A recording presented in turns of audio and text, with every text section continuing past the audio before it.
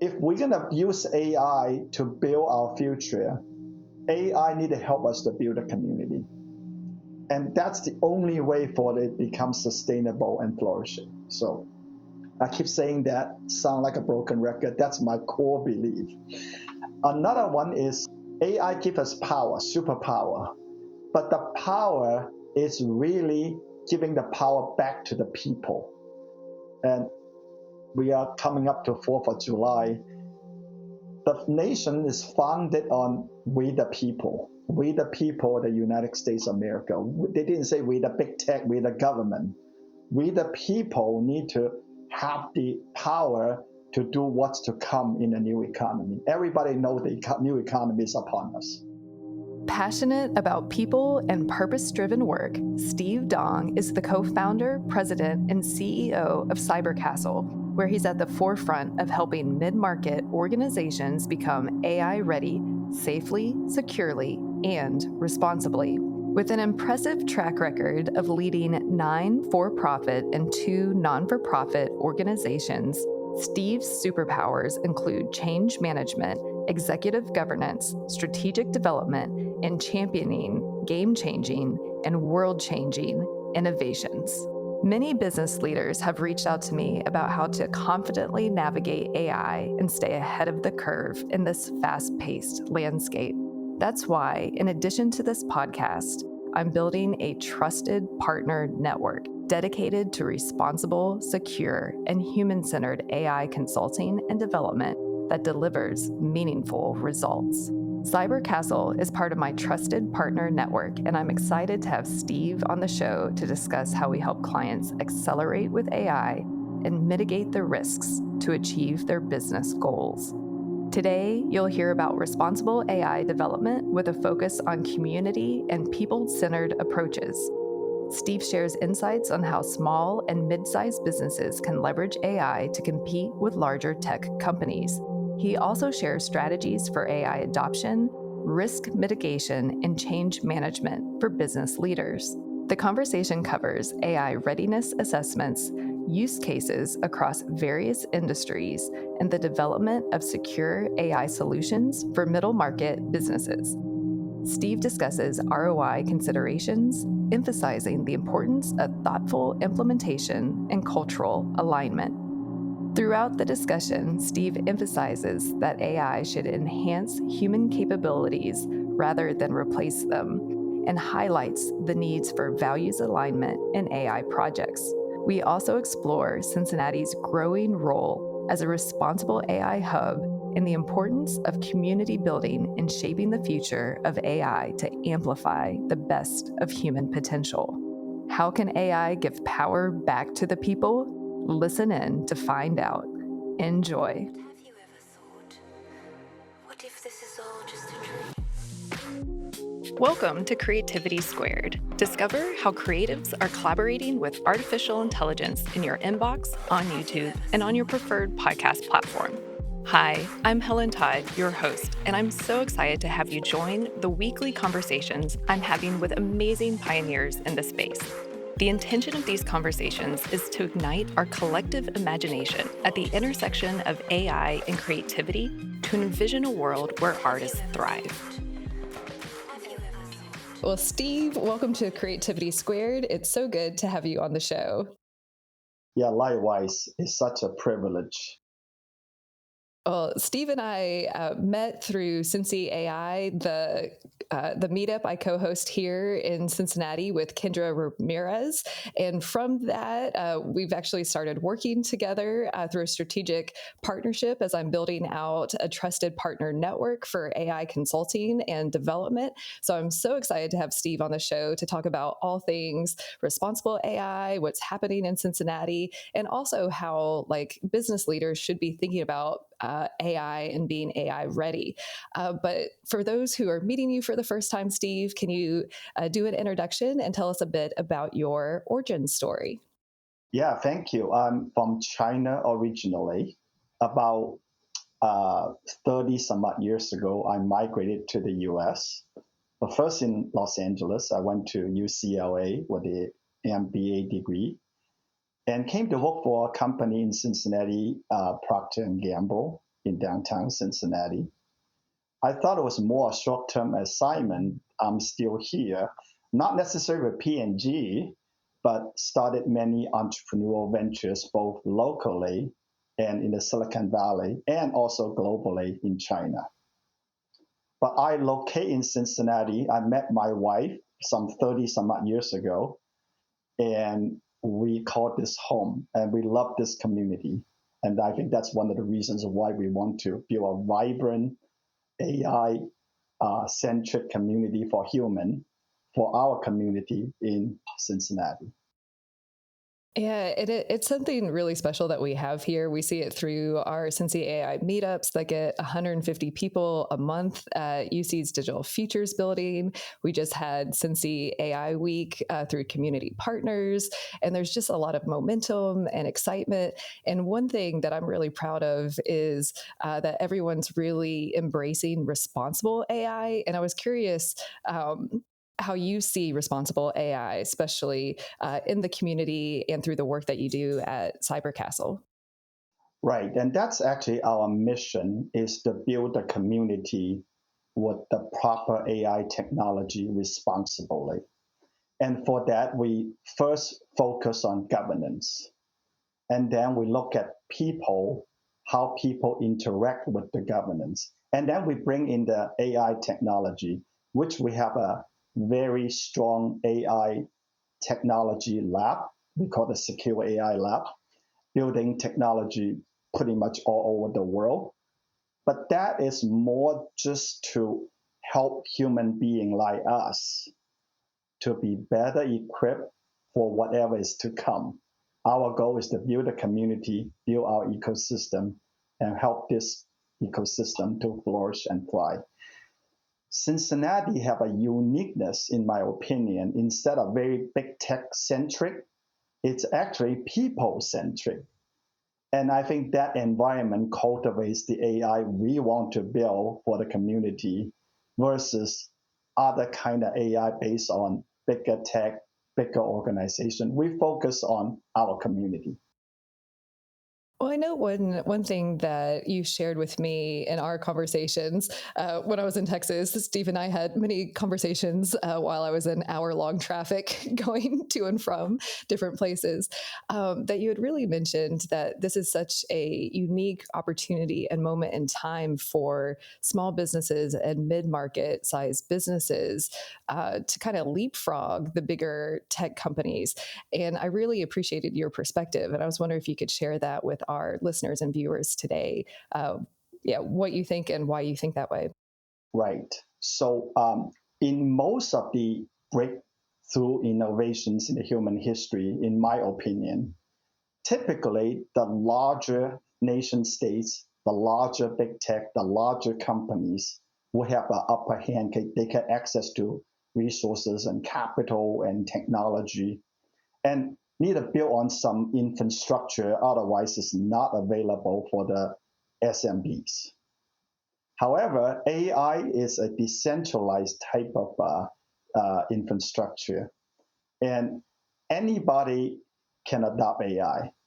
And that actually levels the play field from the technological and process standpoint. And that's really exciting.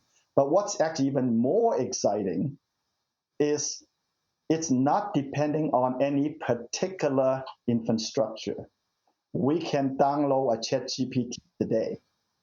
We can use it right away after 2 minutes of download. And there's no limit on how you use ChatGPT. And I think that's the power of being able to leverage a technology platform. It's already very, very, I would say, proven to be generative, and then be able to pivot on that and helping us to utilize it right away. Any small business, medium-sized business can use that right away without have to be building their own infrastructure. So that levels the play field for productivity, for efficiency, and also for strategic growth as well. Well, and I know one thing that we also talk a lot about, especially with the clients that we're partnering with to do AI consulting and your AI readiness assessment, is mitigating the risks. And that's really important to you too, because as we all know, there's been stories coming out about how these chatbots and LLMs have hallucinated and been liabilities for brands, whether that's Air Canada or some of the other ones. So, how do you think about mitigating risks when it Right. comes to these chatbots? Yeah, so we use the framework called governance first, and then really looking at people. So the chatbot risk is actually a lot of them are built into the chatbot by the people creating those chatbots. The algorithms is to please human being, and most of the chatbots are people pleasers. And because they are trying to please us, they want to generate things actually may or may not be true. We found that be able to support the small, medium-sized business, we need to build chatbot with the small, medium-sized community builder and business builder persona. So we actually train our chatbots not being people pleasers. So if we can do that, that would reduce the hallucination. Secondly, is to use human in the loop. We never want to depend on anything critical only from the chatbot. Always double check, putting the human there. And that's really how human can actually in the loop to enhance the experience of AI adoption. Because AI is created for human. Human is not created for AI. So we need to focus on the human-centric community of human using AI as a creative agent, a creative support, but never can really replace us, the human in the loop experience, to make sure whatever we produce is actually truthful, it's factual. But we can do it much faster with our AI assistant on our side, so to speak. And we'll definitely get more into different use cases and that. But one thing that I really love that you embrace too is change management. Because on the people front, it's not just about the technology, it's just as much about the people. So I was wondering if you could share kind of your change management history and how you think about change management specifically for business leaders in this moment in time too. Yes. Being my career started 9 different businesses pivoting on technology and innovations. Um, One of the things we learn is change is in the air all the time. Only way for us to advance, to be strategically competitive, to really have the blue ocean type of effect is to change, not for change's sake, but change strategically to adopt whatever is to come in the future, but bring it into the ecosystem right now. Not to focus on where the puck is right now, but focus on where the puck is going to be 2 years, 5 years from now. So change is really what most business leaders are equipped to do. Using AI as a twin turbo charge to change is really what we pivot on. AI is a tool, is a technology, but using AI to change can actually create probably the highest ROI we can see. And that's why we use AI. AI is human. So in the last 14 years, I have been 20 different business boards or directors or advisors, mainly directors. And in the last 3 years on different board roles, I found myself being asked, how do you really mitigate strategic change all the time? And then I said, well, what about using AI as a pivot? And they look at me and said, okay, what's AI? So as I'm explaining to them what AI does, a lot of this business board said, well, let's see how we can investigate maybe we can put our toes into something like AI, and before long, they are start adopting AI very responsibly, adopting that for productivity, for workflow automations, for predictive analytics, in addition to the chatbots. So now we get a lot of different segues to use AI to do what human beings are already doing, the redundant work, the repetitive work.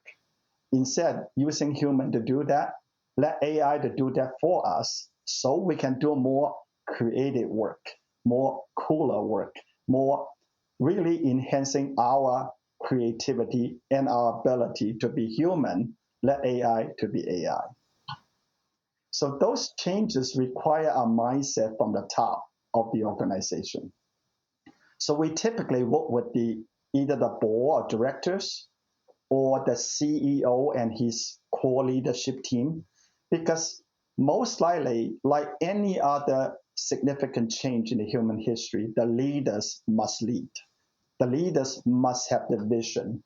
The leader must be innovating in their mind, and the leader must be backstopping the change. And those are the type of things we feel that is having a vision for the future, what your enterprise looks like, how you can innovate, maybe using AI. You may not use AI to innovate, but AI might be a good pivot. But most importantly, be able to backstop the change. And so in most of the board roles I have in the last 3-4 years, AI just shows up in all the board meetings. I say, you know what? Why don't we create an organization can actually help people to do better in strategic planning, change management, using AI as a pivot? And that's how CybrCastle adopted that. And now we are growing, obviously, significantly. And that's why we are partnering too with a creativity square too, to be able to even expand that influence, not just locally, but globally.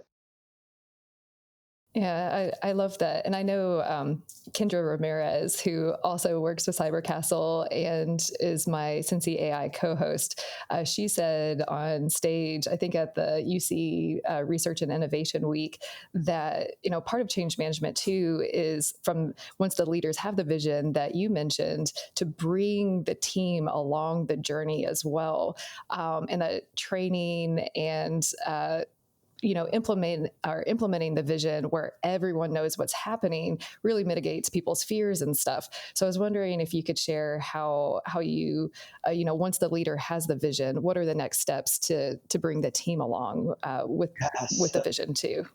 This is such an interesting thing. A lot of the leaders ask us, so what kind of tech do you build? What kind of cool things what kind of chatbot? I said, just hold on a second. It's not about the tech itself. It's about how to engage the frontline workers, the middle management, the senior team, the governance team. They said, what does that to do with AI? I said, that's everything, because AI empowers to do more, better, faster.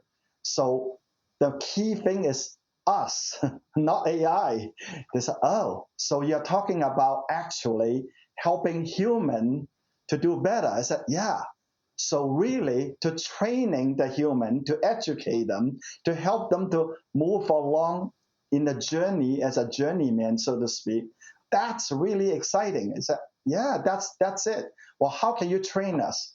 Well, so what we do many times, the first way to assess people's AI readiness for the small, medium, and large organization alike, but mainly the middle market is what we're focusing on, is to provide AI readiness training, education, and some we call it prompt engineering training. I know that sounds really complicated. It's not.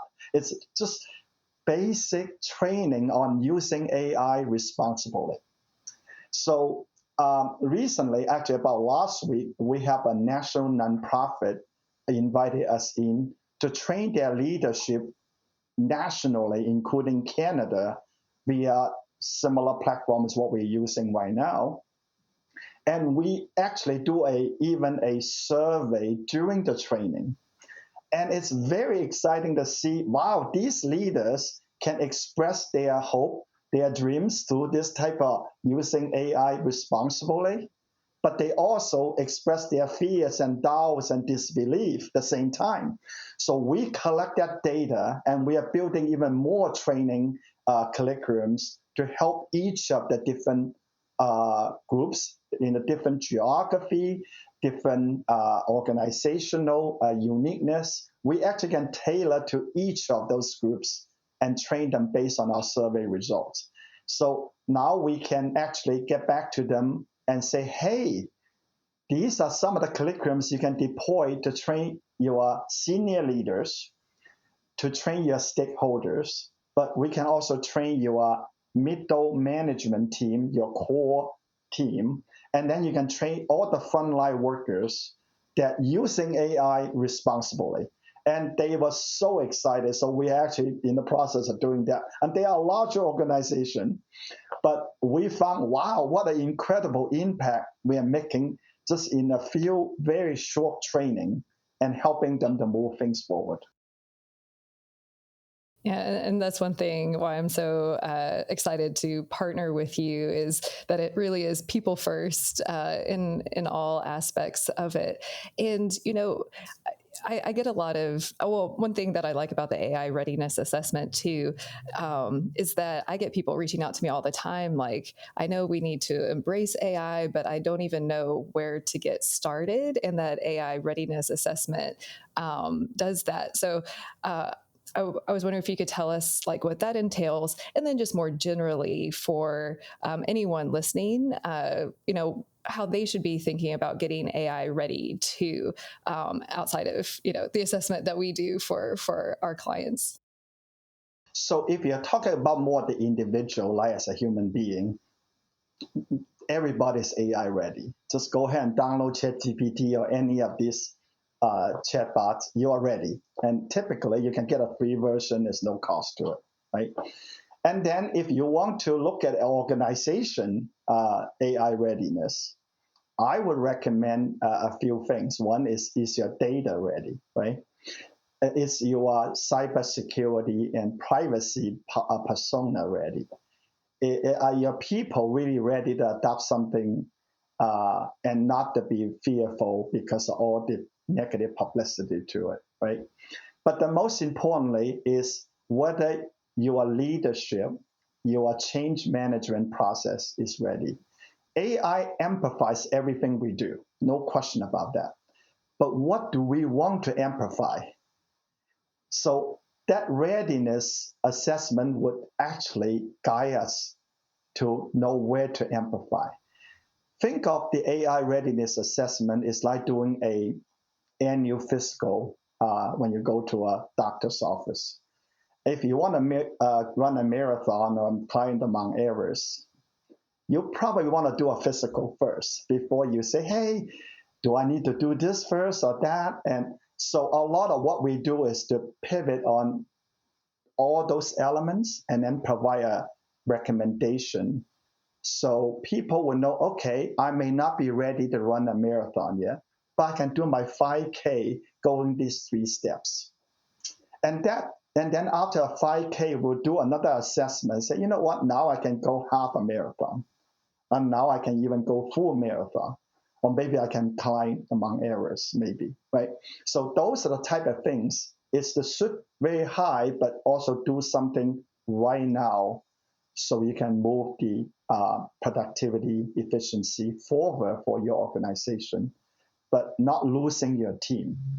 And that's the most important thing. Do everything to keep your team engaged, keep them thriving, and help them to be productive and happier, but at the same time moving your organization's strategic objective forward. And I think that's what we used to pivot. We actually started using AI, deploying AI right away for certain customers. But that typically didn't work that well at the beginning because we see the people resist to it. They don't know what this is. So you can build a very cool AI system, but if people are not using it, not knowing how to use it, it's really kind of the ROI, return on investment, is very low. So what we did is actually change that. Let's just put a little bit of investment in it, but mainly in the people in the process side. Instead of try to overly focus on technology. And then once we get the people and the process more ready, then the technology can be deployed. We have the highest, coolest tech. Our team is actually all over the place, in Cincinnati, in Australia, in Mumbai, India. The technology team is very strong. But we don't go with the technology team first. We go with people and process development first. So I think that's really what we came up with. I think a unique offering, at least for this point, is to really helping people to be ready before they adopt AI. And that's what the readiness assessment is like. Yeah, it's the new digital transformation that we're going through right now, and even with the app boom, so many companies were like, "Oh, apps are the new thing. Let's spend a ton of money on them, mobile apps for the App Store or whatever," and then they never got used, and money was wasted. So I think this approach really is more thoughtful for if you're going to integrate AI and you're going to invest in it, that you want to make it useful and that your team or your customers want to use it and adopt it in that way. And you mentioned a couple use cases, because I know chatbots are kind of the easy, low-hanging fruit, but AI, I think it's almost like a double-edged sword. It can do any and everything, and we hear that, but we want to find the ones, if you're going to invest in it, that make the most meaningful impact and get you on ROI. So can you kind of discuss some different use cases that you've done with your clients and how you kind of help your clients determine the use cases moving forward too? Yes, so lots of different use cases. So after the assessment, then we typically hone into the highest ROI or the easiest to implement use cases, either or, okay? And the easy to implement use cases, I would say, is marketing and sales, because I think every organization want to really increase their marketing and then increase their sales, and AI is really, really good for that, right? The other one we actually currently working with a customer on is the HR use case, onboarding new employees, performance evaluation. Instead of using a lot of different ad hoc spreadsheets and payrolls and all that, we actually integrate everything into an AI chatbot.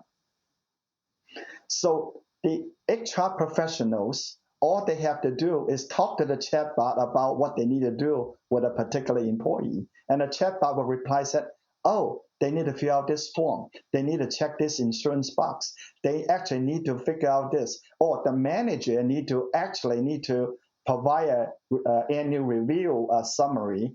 And then we need to make sure their family vacation already is on our dashboard," right? So all that you can integrate. And then what we found actually is interesting is that people tend to not engaging with the HR department before.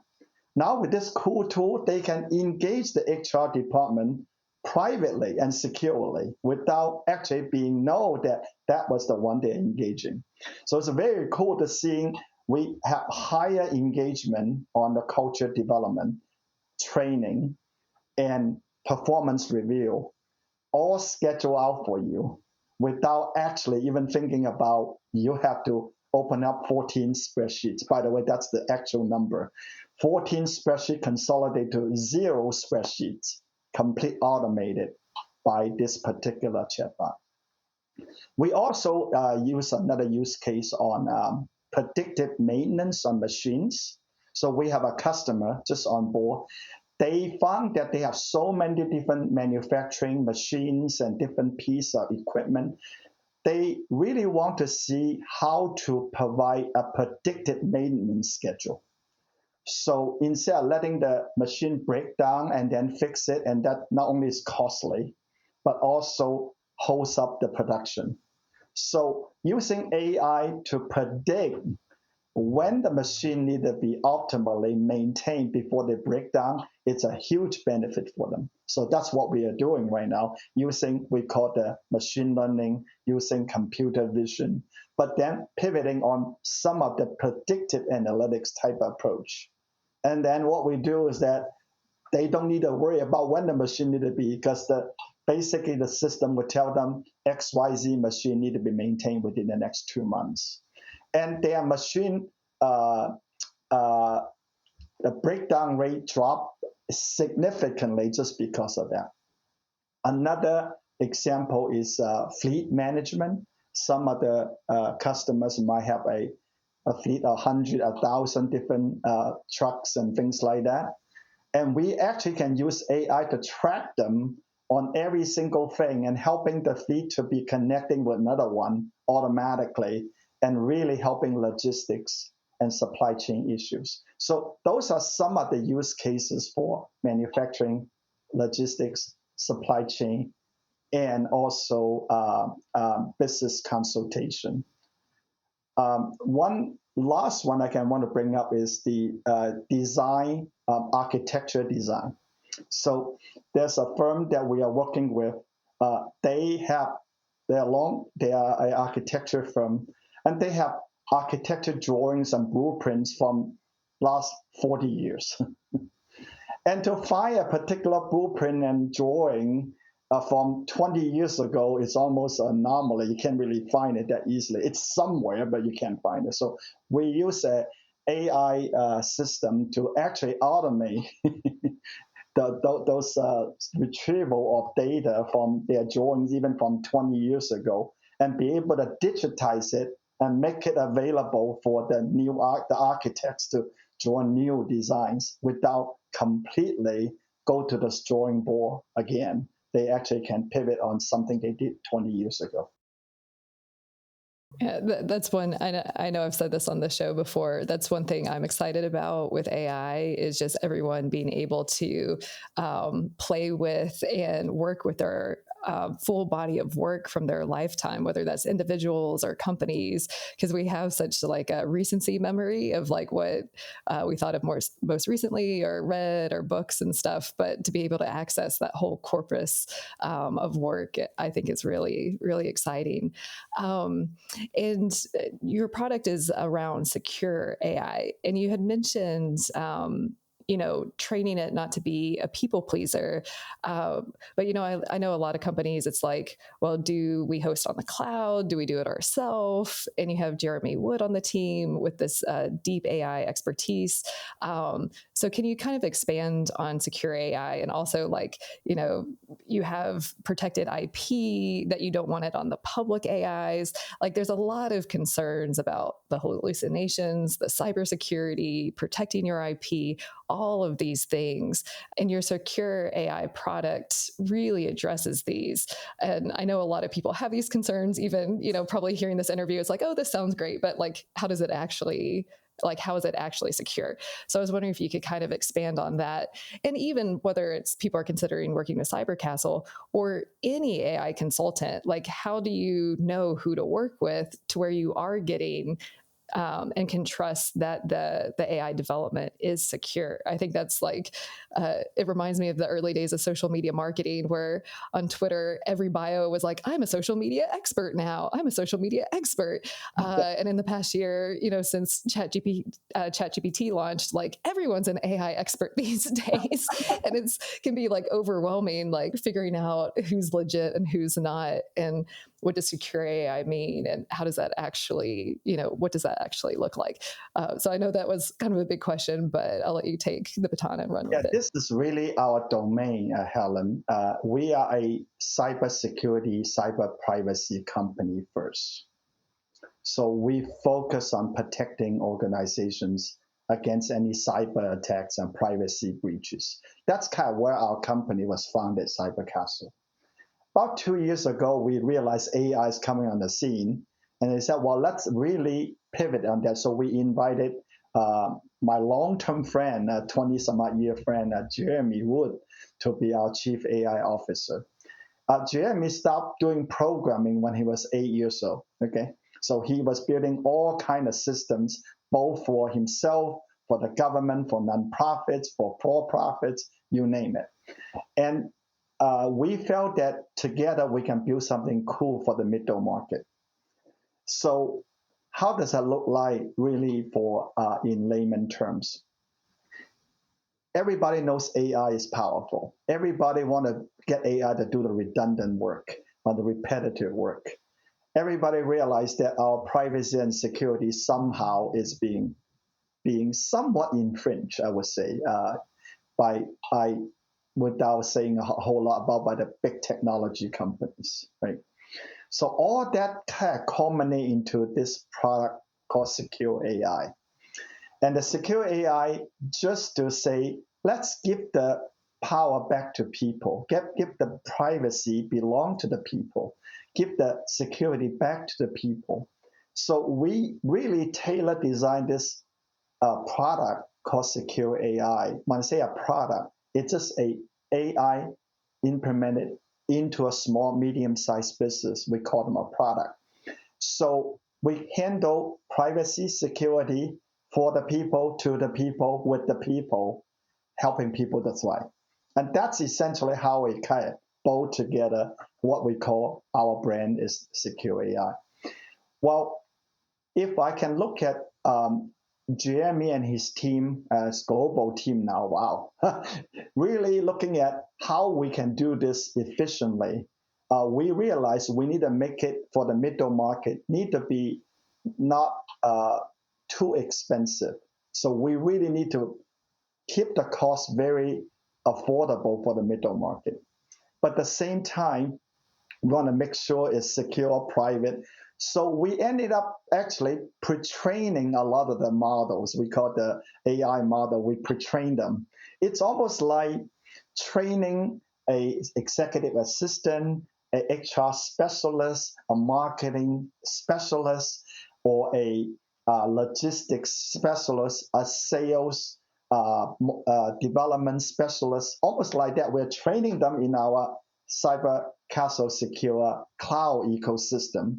And then once a customer say, hey, we need someone to help our logistics or machine maintenance, we just pull that pre-trained AI system and then we customize it for our customers.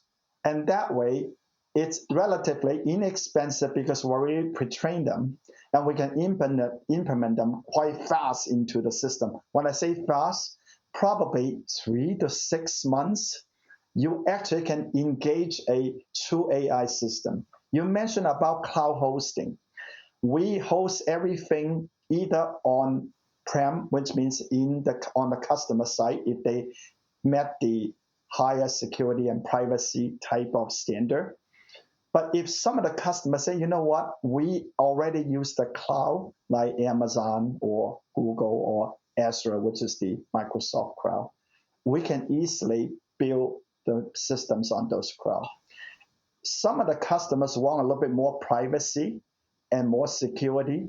Well, we actually have our CybrCastle cloud as well. So we can build them inside our cloud for a higher privacy, higher security.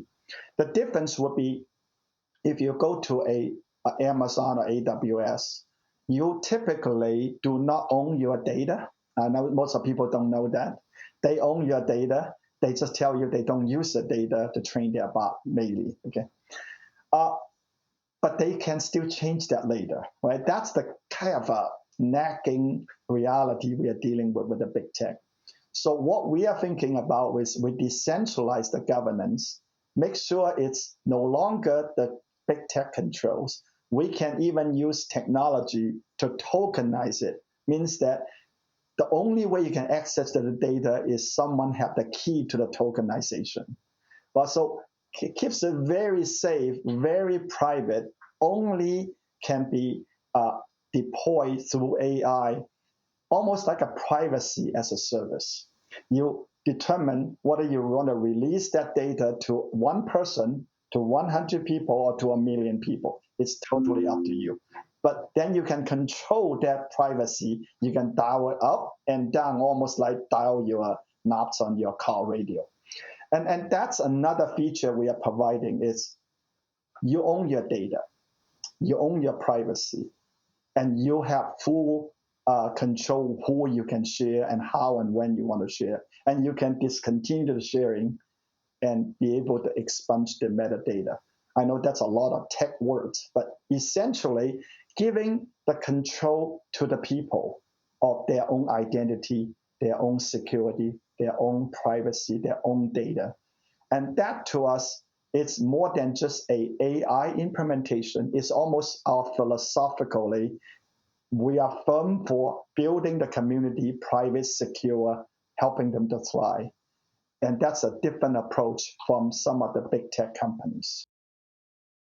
Yeah, thank you for sharing that. And I also think, at the end of the day, and actually Maddie Bell, who is on the show and based here in Cincinnati with her scheduler AI tool, she's like, it's ask questions to the companies that you're working with, whether it's a tool or a firm like CybrCastle, and can they answer your questions? Because it's people, behind the tools and the intentionality behind them and their expertise. And I know one thing that's important to me is to build inclusive tools, because, a lot of these models that, are off the shelf or that you can download and start using, you're just kind of relying on their own training versus adding the extra guardrails to be more inclusive in the broadest sense of the word. But Jeremy on your team, he has a very specific background. I was wondering if you could share more of that when it comes to privacy and security and his expertise, because I know he builds that into all of the tools for the client projects too. We bring him in as our chief AI officer because he has a unique background with building large AI systems with the federal government. Okay, and obviously we cannot talk about that, right?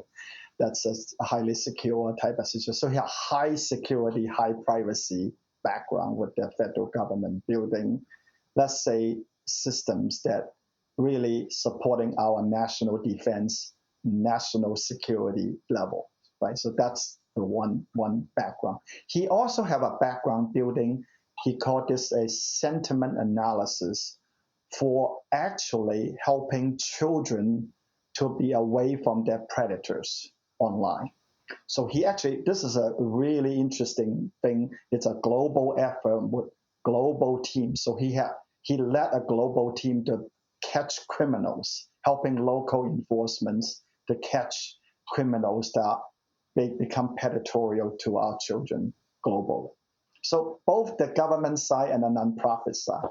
So we felt that with that kind of sensitivity of privacy, security, protecting what need to be protected, it's the major foundation for us to build a responsible AI systems for our community. So that's why he's our chief AI officer. Yeah, I appreciate that. And I think my last conversation with him, I was like, well, how do you make sure that it's inclusive? Because that's really important. He's like, Helen, I love these questions. We build this into our pre-training too, and we can even expand on that if needed for some of our customers. Yeah, I guess I didn't quite answer the inclusive question. So the inclusive really is building on your organizational persona. If your organization is an inclusive culture, we use an inclusive pre-trained model to begin with. We would not want to be people-pleasing model. Now, there's some model, like going to explore the world, you may want to people-pleasing because you are having fun touring the world. That might be a good persona to use a people-pleasing model. But when you really want to be inclusive, you want to getting the culture built, that model need to be pre-trained according to your objective, your strategy, your governance. And all that we can build into the pre-trained model with the secure AI implementation with CybrCastle. And Jeremy is, I would say, one of the best in the industry for that. I know that because he's in our team, I might be bragging, but he is. Yes. Well, and I know it's come up in the show too, and you all embrace it, is like, don't build and design for the average, because when you do that, you actually exclude people on the edge. And to be inclusive, you really want to take the broadest sense to lift up, the whole organization or your whole team. So that's another thing that I really appreciate as well. Right.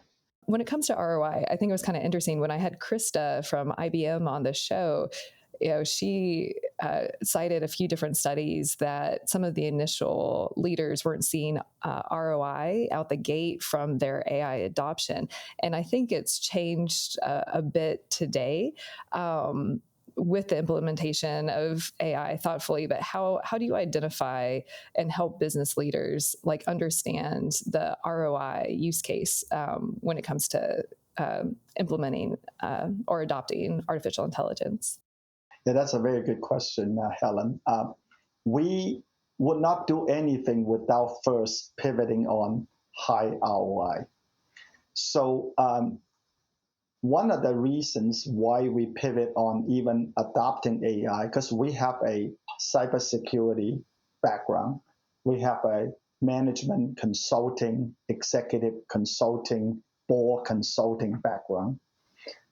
We felt that ROI is the key driver to any business.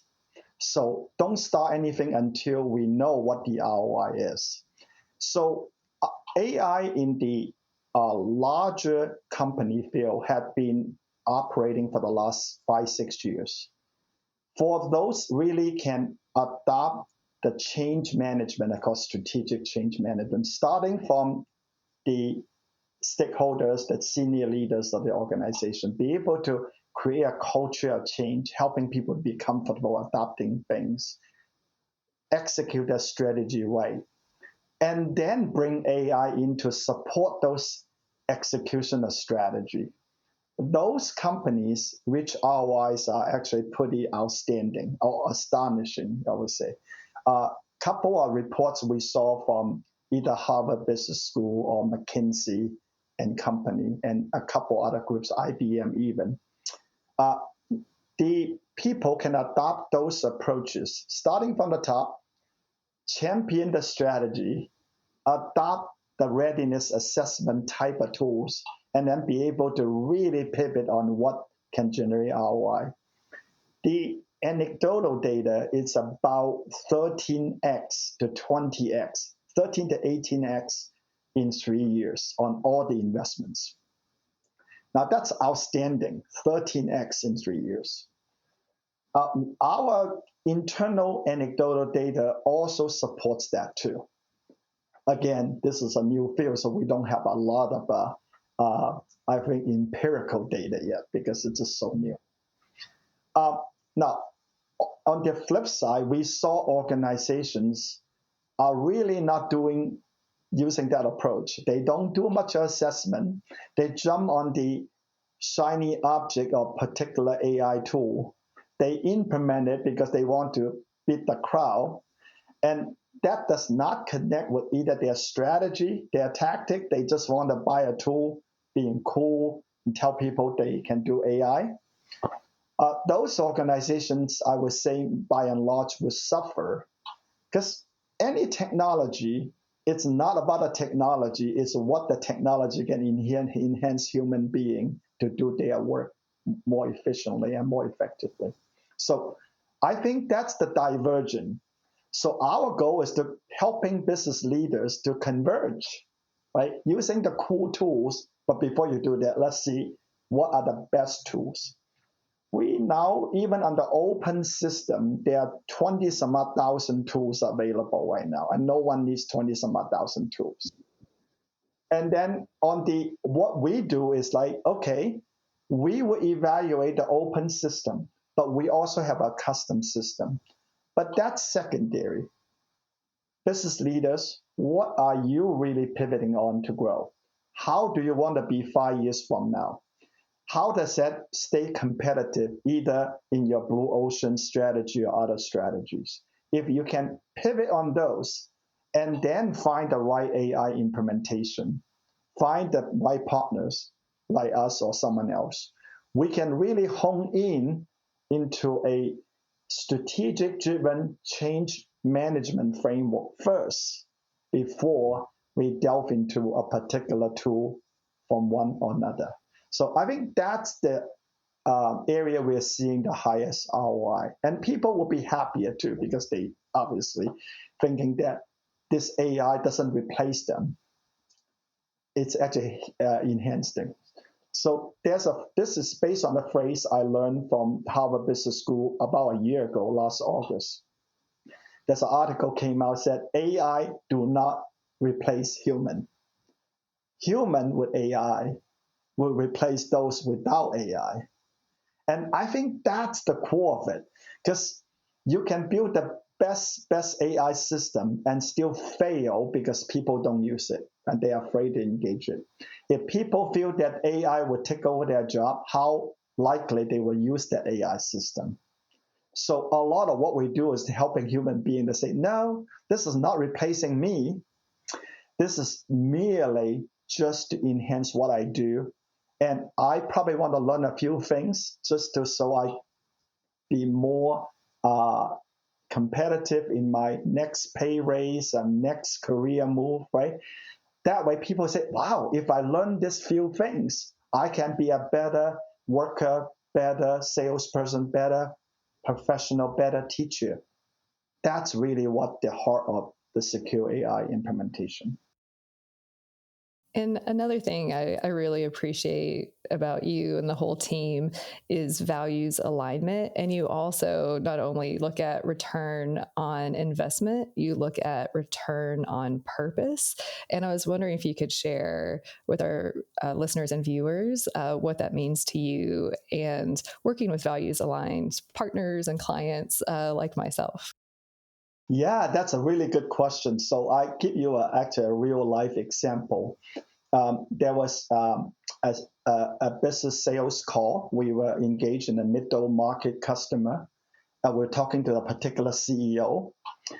And then everything goes great. They really are growing fast. They want to use AI to create, they call a core delivery backbone. I said, this is awesome, fits our persona.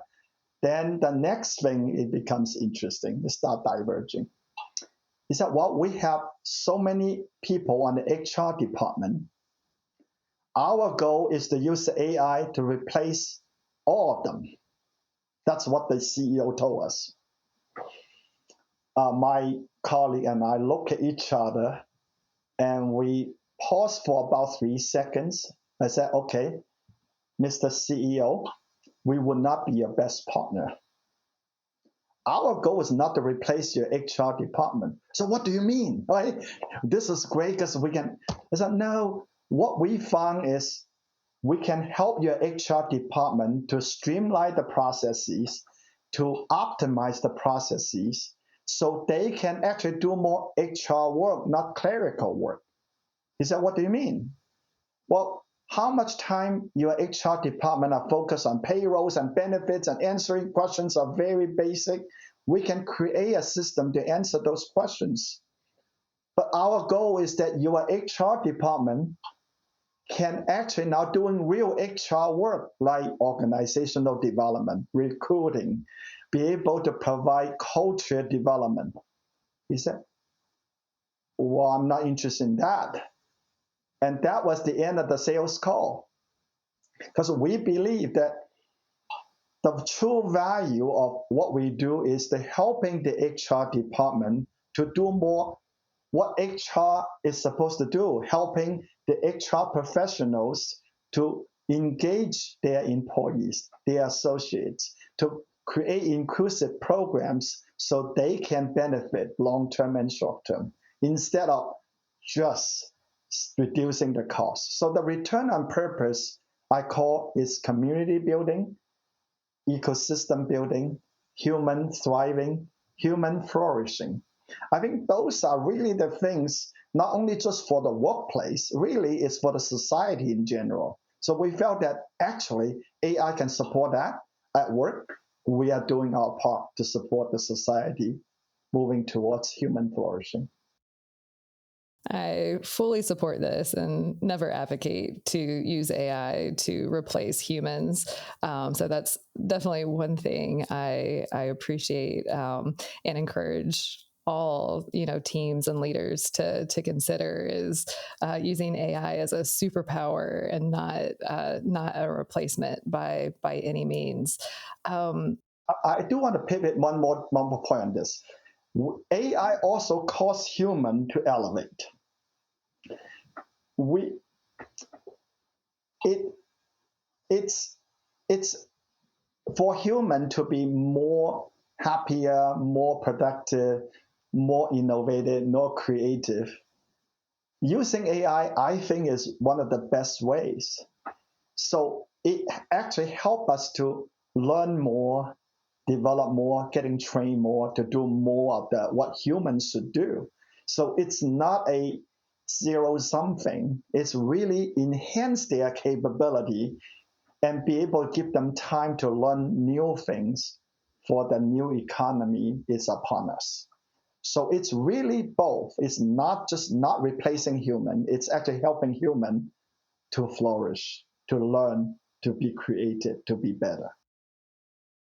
Well, and I know I've said this many times, but I'm a big believer that the future is community and collaborative. And I get so excited when I think about what's happening here in Cincinnati and the AI ecosystem that's really just blossoming, and how everyone is learning together and collaborating, whether you see that in our meetup, and businesses coming together. And since the AI week, the mayor, I just did a press conference with the mayor for another conference this fall, Midwest Con. So yeah, I appreciate the community focus, the ecosystem focus, and the collaborative focus. And I think that's another place where, these smaller companies and mid-market firms that cater to mid-market firms like yourself can differentiate each other, because it's more in the community focused. But I didn't know if you wanted to expand on that or had any additional thoughts on community ecosystems and collaboration. Right. Yeah. That's the heart of AI, in my opinion, is to build communities and ecosystems. In fact, you and Kendra and one of our colleagues, Sabrina, the three of you guys are really knocking out of the park on every month on the Cincy AI for Human meetup, right? That's just awesome. So if someone want to learn more about this, just join the community. But you got to register too, because they fill up every month. So make sure. I didn't register, I couldn't go one time. So make sure you register, right? Because that's only some of the things. It's free, but please register. And then I think about 2 weeks ago, there's a Cincy AI week. My goodness, it was attended by 1,100 people with 60 different organizations from some 20 different states in Cincinnati. So Cincinnati is a hub right now. The community is getting stronger by the days. And again, thanks to you, Helen and Kendra and Sabrina and all these great people. I don't want to mention everybody's names, but I am just in awe to see, wow, this is a true community effort. And that's really exciting to see. If we're going to use AI to build our future, AI need to help us to build a community. And that's the only way for it to become sustainable and flourishing. So I keep saying that, sound like a broken record. That's my core belief. Another one is AI gives us power, superpower.